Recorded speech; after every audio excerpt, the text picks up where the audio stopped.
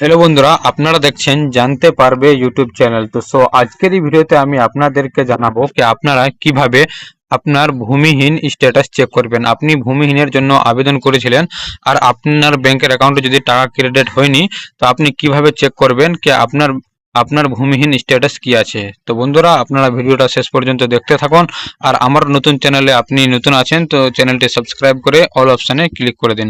তো বন্ধুরা, আপনাকে কি করতে হবে, যদি আপনার ভূমিহীন স্ট্যাটাস আপনি চেক করতে চান, তো আপনাকে আপনার গুগল ব্রাউজার বা ক্রোম ব্রাউজার ওপেন করে আপনাকে সার্চ বারে লিখতে হবে ভূমিহীন স্ট্যাটাস। ভূমিহীন স্ট্যাটাস লিখে আপনি সার্চ করবেন, তো আপনার কাছে এই ধরনের একটা ওয়েবসাইট ওপেন হয়ে চলে আসবে, ভূমিহীন ক্ষেত মজুর। এই জায়গাতে আপনি ক্লিক করবেন। ক্লিক করার পর আপনার কাছে এই ধরনের একটা পেজ ওপেন হয়ে চলে আসবে।